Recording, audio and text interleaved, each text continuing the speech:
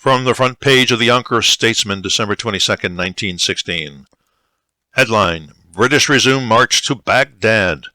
While winter weather is causing military operations on most of the fighting fronts to lack unusual features, considerable activity is developing in sectors far enough south to admit of energetic campaigning. On the Tigris River, the British, after a long period of quiet, recently pushed forward to Kut el Amara on the south, and are continuing to attack the Turkish forces in that region, evidently hoping to resume the long-delayed march toward Baghdad. Another field of activity demanding attention is shown in today's announcement from London that the British have captured El Arish, Egypt, on the Mediterranean, 90 miles east of the Suez Canal. Little has been heard from the Egyptian operations for some time.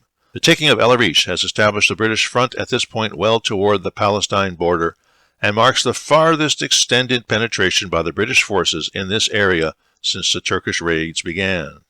Headline: Hospitals ask for more money. Further hearings for the heads of city departments on the requisitions for 1917 were given by the Board of Estimate in executive session yesterday afternoon. Charles Philip Easton, President of the Board of Education, with Superintendent Gorton and Secretary Claxton, explained the need for an increased appropriation for the public schools for 1917 over the preceding year. This year the board asked for $807,260.66, as against $705,727.66 allowed for the present year. Part of the increase of $102,000 is due to the automatic increase in the salaries of teachers and part to the need of a bigger sum for repairs to school buildings. In connection with the requisitions for the support of indigent sick patients in 3 hospitals, Dr. E.A. Sheets appeared for St. John's Riverside, Mrs. R.O. Phillips for the Homeopathic and Maternity Hospital, and Michael Reardon for St. Joseph's Hospital. They asked that the per diem allowance for each patient be increased to $1.50 from $1.10. The increase rating being necessary, it was contended, on account of the higher cost of food articles. It is anticipated that the board will complete its hearings early next week and will then proceed to formulate the budget.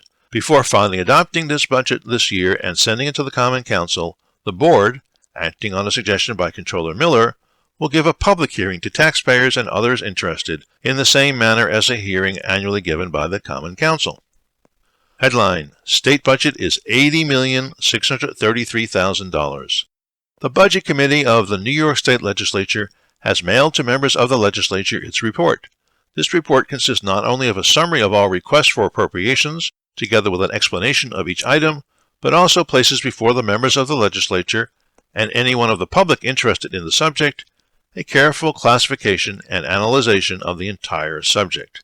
This is the first time in the history of the legislature that every member, before the beginning of the session, will have had in his hands all the information gathered for the financial committees of both houses. This is the direct result of the budget law passed last winter. The total budgets are, in round numbers, $80,633,000, an increase over the final bills passed last year of $22,170,000.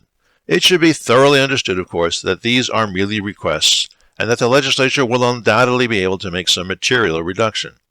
And that's the news from Yonkers 100 years ago today.